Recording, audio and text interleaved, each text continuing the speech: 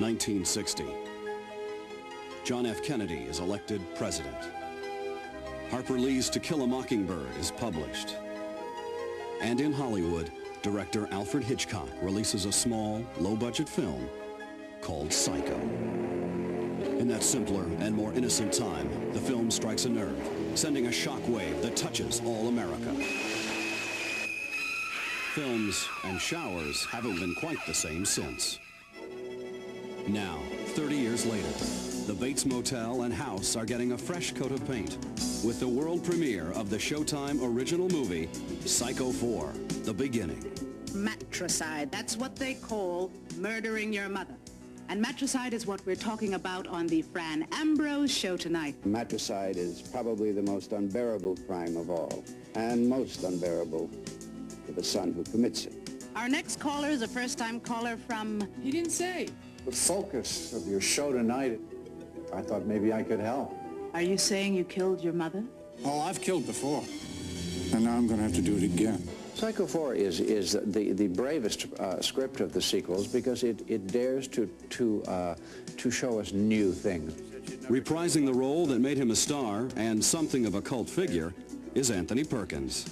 Psycho 4 does explore those areas that we haven't touched before. It examines and explores Norman's childhood and his relationship with his mother, which is something I think we've always asked ourselves. How did it happen? How did it go so wrong in an everyday, average American family? Did she smother you in some way, the way some of us mothers do with our kids?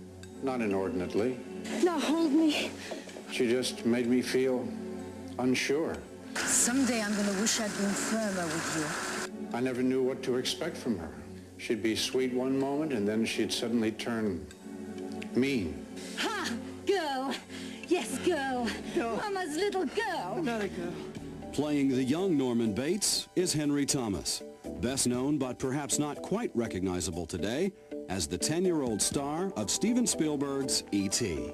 It's just a great chance to do something that not a lot of people get to do. I mean, here I'm playing Norman Bates, and the only other guy who's done this is Tony Perkins. And, you know, it's big shoes to fill. Will you show me your room?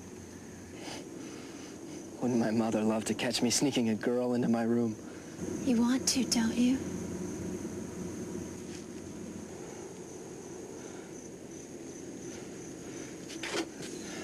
Let's go in the office. Director Mick Garris, whose previous films include Critters 2 and Batteries Not Included, found himself with an equally difficult act to follow. Alfred Hitchcock.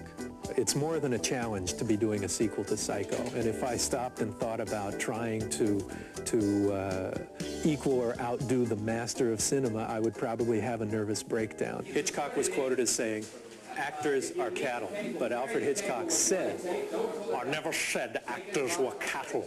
I said actors should be treated like cattle."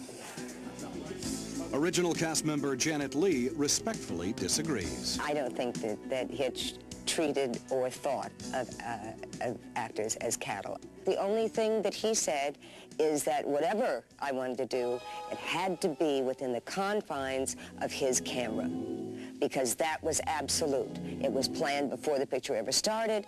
It was, he knew exactly every single camera move. I've caused you some trouble. No, Mother, my mother, what is the phrase? She isn't quite herself today. In their attempt to recapture the visual as well as psychological nuances of the Hitchcock classic, the filmmakers have literally gone back to the drawing board.